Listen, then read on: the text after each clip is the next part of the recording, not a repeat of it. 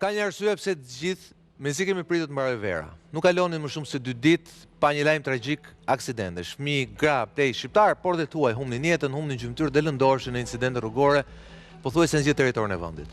Nëse numri i aksidenteve brenda qyteteve është ulur, ai është shtuar jashtë në rrugët tona kombëtare. Me pak humor të zi, nëse në këtë verë në aksin Lezhë-Shkodër për shembull nuk kishte aksident për më shumë se 2 ditë, pyesja gazetarin lokal se mos ndoshta ai kishte shkuar në plazh. Kaq shpesh në ekranin tonë dhe në ekranet tona jemi detyruar të pasqyrojmë këtë realitet të errët të këtyre aksidenteve të zhurmshme që shkaktojnë këto vrasje të heshtura. Sigurisht ka një shpjegim thjesht. Nëse në qytet tashmë jemi mësuar me rregullat, me semaforët, me shpejtësinë e reduktuar, tani akset nacionale të rifreskuara nuk ofrojnë vetëm komoditet për qarkullim normal me mjete, por dhe jo rrallë pista të improvizuar shpejtësie për shoferë dhe shofere të reja, apo dhe njerëz frustruar që shfryjnë mbi këmbëzën e gazit, shpesh pa e kuptuar se e kthejnë makinën në një armë që vret ata dhe njerëz të tjerë. Por shifrat ama japin një realitet të përthyer. Si numër, aksidentet janë ulur, por si shifër, viktimash ato janë shtuar. Po përse? Jo rrallë jemi kthyer kësaj teme sepse rrugët e mira janë shtuar, sinjalistika është përmirësuar, semaforët i shëthuajse kudo nëpër qytetet tona, pashtu dhe vjet e bardha edhe praninë e policisë rrugore. Patëherë përse bilanci i aksidenteve mbetet sërish shqetësues? Si ka mundësi që pas 35 vjetësh makinash private në rrugët tona nuk mbaron akoma ky tranzicion i gjatë i mungesës së kulturës së qarkullimit rrugor dhe i mungesës së respektit për jetën tënde dhe të tjerëve? Çfarë na ndodh kur mësues, gazetar, politikan, biznesmen e punëtor kur hipim në atë karrigën e parë dhe vëmë duar në timon, shndërrohemi pa dallim të gjithë në kamikaz të rrugës dhe turbohemi mbi 4 rrota. Për këtë do të flasim sonte. Sikla.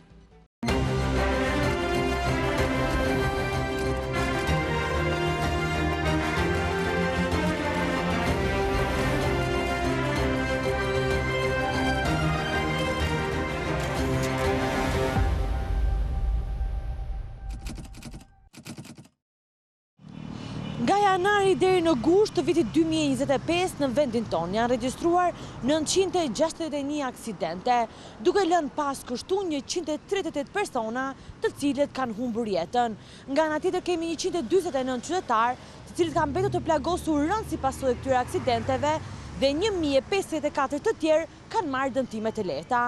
Për ABC News, analisti Eduard Zaloshnja rendit disa nga shkaqet kryesore, duke vënë theksin dhe tek rrënjët e problemit. Problemi kryesor janë këmbësorët, biciklistët, motociklistët. Dhe ky nuk është problemi këtij viti, por ky është problemi i vazhdueshëm.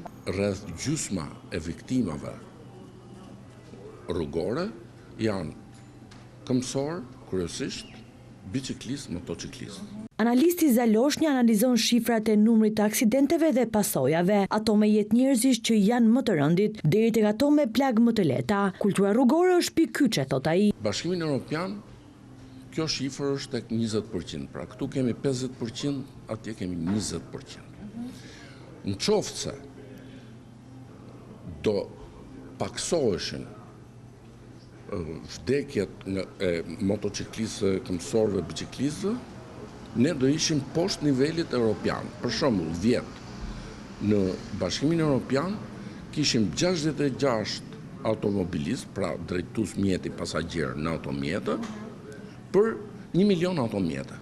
Në Shqipëri, kjo shifër ishte 56, pra më poshtë se Bashkimi Evropian, për sa i përket atyre njerëzve që janë brenda në automjet. Ky është, për mendimin tim, një problem i dyanshëm. Është mungesa e kulturës rrugore të popullsisë shqiptare, nga njëra anë, dhe nga ana tjetër është papërgjegjshmëria e drejtimit të automjeteve nga shumë njerëz të cilët te i kalojnë shpejtësinë.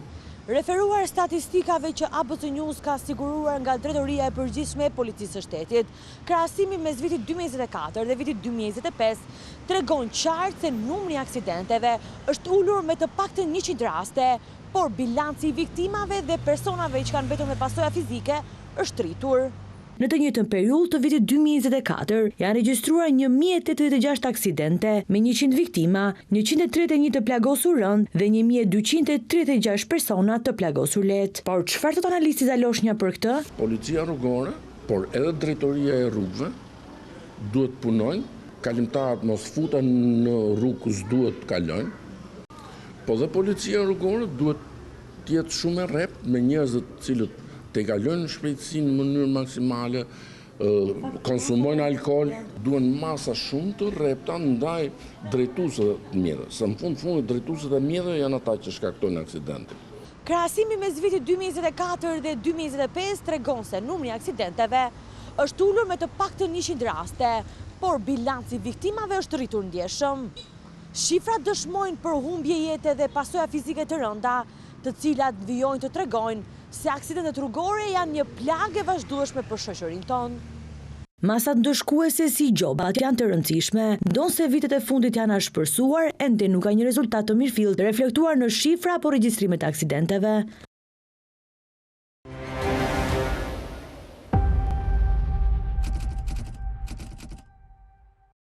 Kjo ishte kronika e përgatitur nga gazetare Vlona Sari, cilën e kam sot në studio. Më mbroma Vlona, faleminderit që sonte në Restory, së bashku me kolegun tim Eduard Zaloshnja, i cili ka në profesionet të vjetër dhe atë të analizës specialistët të aksidenteve, përfshirë dhe ato rrugore. Më mbroma Zaloshnja dhe welcome home. Mirë se u gjeni në shtëpinë tonë. Mirë se gjeni në shtëpinë tonë. Islam Gjipini, specialist i sigurisë rrugore, është me në studio. Mbroma, Islam, faleminderit kënaqësi dhe gjithashtu kam kënaqësi të kem në program Ledion Kërkën, shef i sigurisë rrugore në Policinë e Shtetit. Mbroma, Ledion, është shumë kënaqësi të kem në program. Sigurisht to janë shifrat ne kemi Vlona, pra i ka marrë nga drejtoria juaj dhe është shumë interesante për tyre. Pra, ka më pak aksidente, po ka më shumë viktima. Ta nisim nga kjo. Si e shpjegoni këtë vetë, me që jeni temi përgjithësi kryesor për sa i përket sigurisë rrugore në Policinë e Shtetit? Duke qenë këto kushte, ne si drejtori Policisë Rrugore bëjmë analiza për çdo ngjarje me fatalitet dhe marrim pjesë dhe vetë në lidhje me veprimet procedurale. Nisur nga kjo, ne kemi bërë një statistikë 8 mujore, të cilën paraprakisht po e nisim, që për vitin 2025 kanë qenë 926 aksidente dhe për 2024 1086. Pra 160 aksidente më pak. Më pak. Aksidente me pasojë në 2025 kanë qenë 122, në 2024 82. Do thot kemi 40 aksidente më shumë. Më pak. Kurse 40 aksidente më tepër. Pra 40 aksidente me pasoja. Në lidhje me fatalitetin ose të vrarve, në 2025 kemi pasur 138 aksidente me fatalitet dhe në 2024 kemi pasur 100 aksidente me fatalitet. Pra 38 persona që kanë ndruar jetë më tepër në lidhje me ngjarjet rrugore. Kjo është komplekse. Ndodh për shembull, këtu le të themi ndonjëherë mund ndodhi edhe për shkak të vështirësisë të ardhes së shërbimit të emergjencës. Kemi nxjerrur edhe ju keni nxjerrë një konkluzion pse? Sepse normalisht nga pikpamja e sigurisë rrugore, kur ti ke pas më pak aksidente, është lajm i mirë. Por ama ku numëron numrin e viktimave Islam, po duke parë numrin e rasteve të aksidentet janë më pak se sa 2024, kurse duke parë numrin e viktimave është numër pak më i madh se sa viti 2024. Por duhet të patë parasysh ajo që rrit shkallën e madhësisë së dëmit, ajo që rrit pasojat në një aksident automobilistik është kryesisht shpejtësia. Pikërisht shpejtësia mbi normat e lejuara, mbi kufijt e lejuar, për një kategori të caktuar drejtues mjetësh, sjell pasoja të rënda për jetën e shëndetit, jo vetëm për qytetarët, por edhe për vetë drejtuesit e mjetit dhe aty. Pra thoni shpejtësia është faktori kryesor pse ka më shumë viktima, megjithëse ka më pak aksidente. Arsye se shpejtësia rrit shkallën e madhësisë së dëmit. Rrit pasojën. Rrit pasojën të ardhmë. Mund të jetë numri i aksidenteve më pak, po shpejtësia te normat e lejuara rrit madhësinë e dëmit. Kemi nxjerrur disa fenomene në lidhje me pasojat fatale që kanë ndodhur dhe shkake determinante. Është shpejtësia rreth 29% të rasteve. Janë kushtet e errësirës 36% të rasteve. Dhe në rrugë. Ndriçimi i rrugës. Përfshirja e këmbësorëve është 39% e rasteve. Vazhdon shumë e lartë. Pra, përfshirja e motocikletave dhe përfshirja e motocikletave 25% e rasteve. Pjesë më të madhe të ngjarjeve rrugore të cilët janë me fatalitet janë përfshirja e këmbësorëve dhe motocikletave. Dhe këtu hyn lojti Zaloshnja, pasi ti kemi edhe statistika të tjera, pra janë 47 viktima në këmbësor, 8 viktima në biciklistë dhe 16 motociklistë në 2024, dhe ndërkohë që shikojmë janë shumë shtuar viktimat nga motocikletat. Nga motocikletat, ciklomotorët, mjetët me patina, me pedal.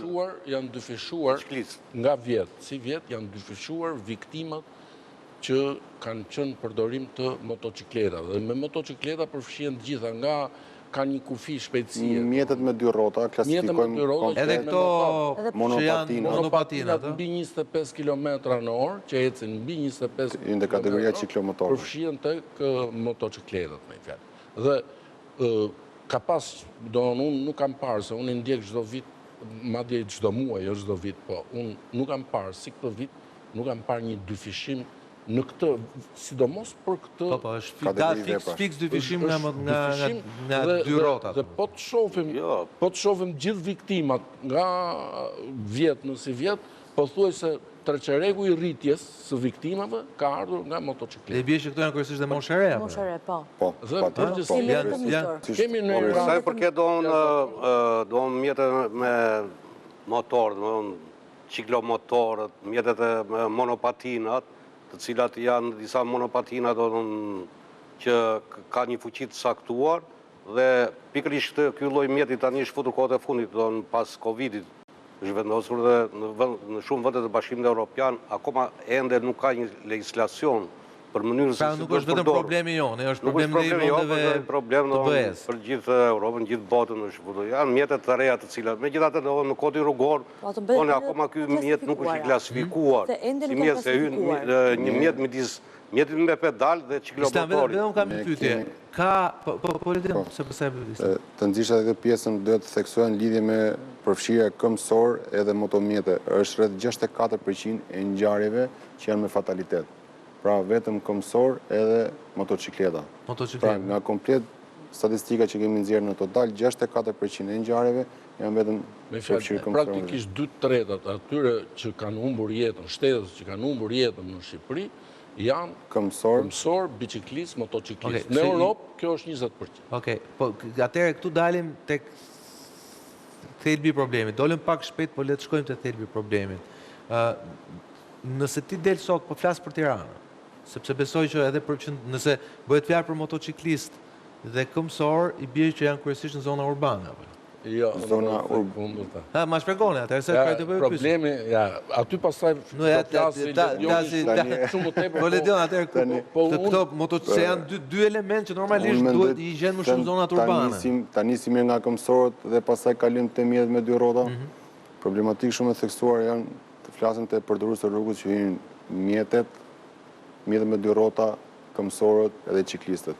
Një pjesë e madhe e këmbësorëve janë të padisiplinuar dhe nuk kanë kulturën e sigurisë rrugore. Dhe lëvizja e tyre është e që organizuar dhe dalin në mënyrë të menjëhershme në rrugë, dhe duke bërë burim për ngjarje rrugore. Doja të bëja një krahasim tjetër që themi shpejtësia. Ne të flasim në rastet kur aksidentohet një mjet me një mjet tjetër. Janë aty situata për ngjarje rrugore me dëmin e njerëz është shumë e vogël. Në krahasim po të përllogarisim një mjet me një këmbësor, sepse janë dy trupa prej metali dhe kurse në rastin tjetër kemi dy trupa të ndryshëm, metal me një njeri. Do thotë që automatikisht njeriu është i përfshirë në... është i zbuluar, nuk është i mbrojtur. Pikërisht, kjo është pjesa. Vendosen dhe masa ndëshkuese. Patjetër. Ne kemi edhe një statistikë që ka marrë për 2025. Po, janë vendosur dhe një farë kohe pati njoftime edhe nga drejtoria, jo vetëm e përgjithshme e rrugës, po dhe e Tiranës, që për shembull ne kishim mbi 50 masa ndëshkuese në një ditë. Vetëm për këmbësorët, që hynin nuk respektonin vjat e bardha, ose hynin me të kuqe, ose nuk hynin për autostrada. Po kjo nuk dha efekt, gjithsesi. Nuk dha efekt, sepse unë mendoj që këtu vazhdon ajo ideja që, për shembull, kryeministri kur nisi me këto ndërtimet pa leje, tha, në fund para u deliruat sqaronte, tha, nuk do e kemi ata vetëm për javë, tha, po do ta mbajmë 4 vjet. Është kjo ideja që këtu punohet me fushata. Normalisht nuk mund ndryshosh mentalitetin në fushata, me ditën e verët apo me javën e verët, se i projektojmë ca me gjëra. Tu duhet të thehet që kjo të jetë edukat e përdit punës. Në radhë parë, kjo pastaj është detyra e policisë së parë. Kultura e sigurisë rrugore në lidhje me këmbësorët, pasi e shoh një shumë larg asaj çfarë ne kërkojmë në lidhje për uljen e ngjarjeve rrugore. Tani për një statistikë që kemi. Po t'jap një shembull. Tash i flasim për statistikat. Po flasim për këmbësorët. Për shembull, po të shkosh, po për këmbësorët e kam thënë. Te rreth rrotëllimi i Zogut Zi. Po. Aty ka vijat e bardha.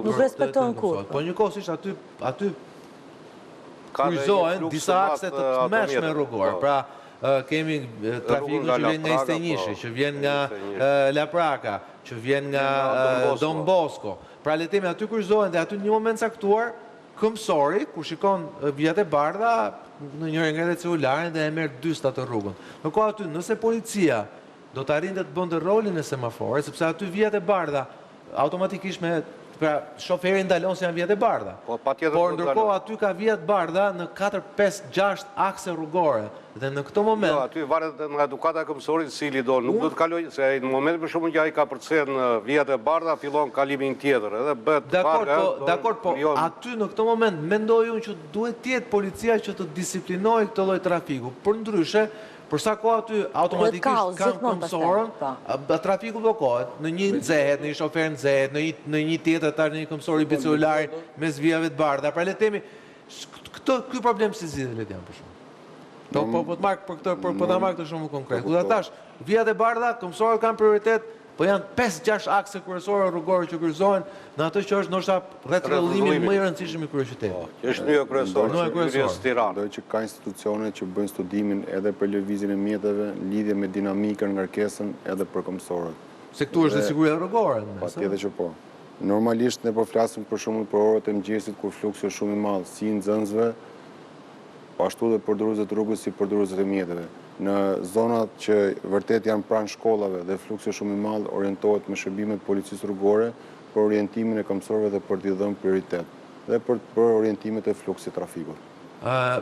Megjithatë, një pyetje kam unë, Zalosha, me që ti e marrë dhe jashtë me këtë punë.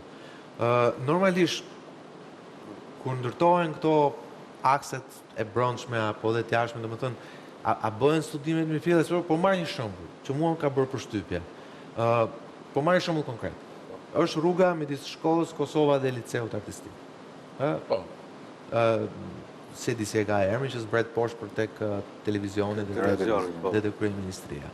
Ajo është një rrugë kur në momentin që prindrit çojnë fëmijët dhe marrin fëmijët, aty bllokohet, edhe policët nuk kanë çfarë bëjnë me thënë vërtetën, sepse bllokohet nga makinat e prindërve që marrin fëmijës në mos ku ka rreshtë, ku ka shi.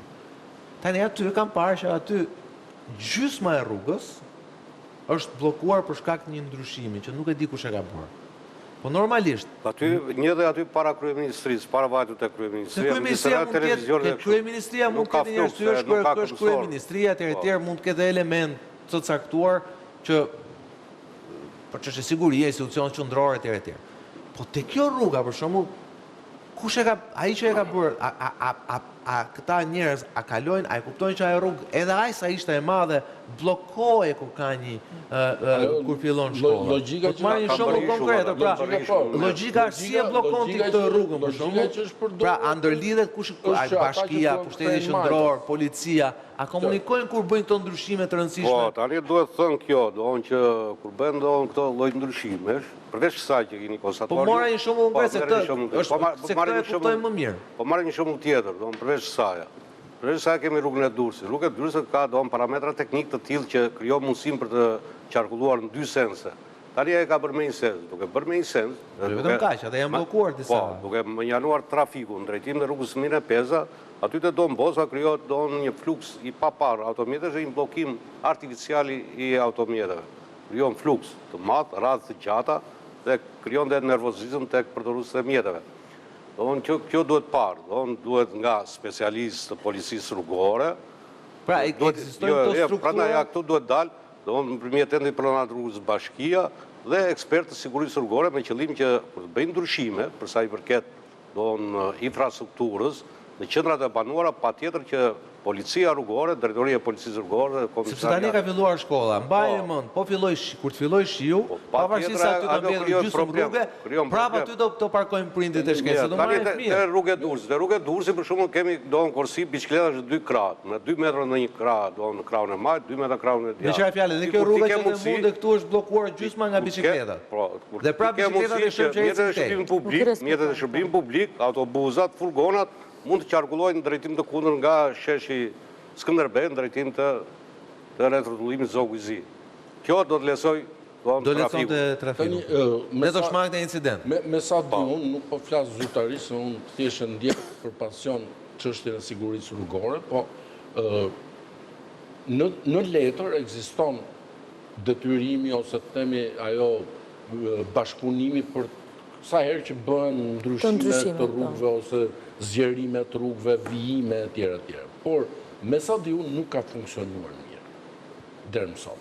Ndërsa aktualisht me financim të Bashkimit Evropian është ndërtuar strategjia e sigurisë rrugore deri në vitin 30, kur me shpresë do të bëhemi antarë të Bashkimit Evropian, është bërë një punë me vërtet e mrekullueshme, të paktën nga studimi, pikërisht dhe janë adresuar pikërisht këto të meta të derisotme.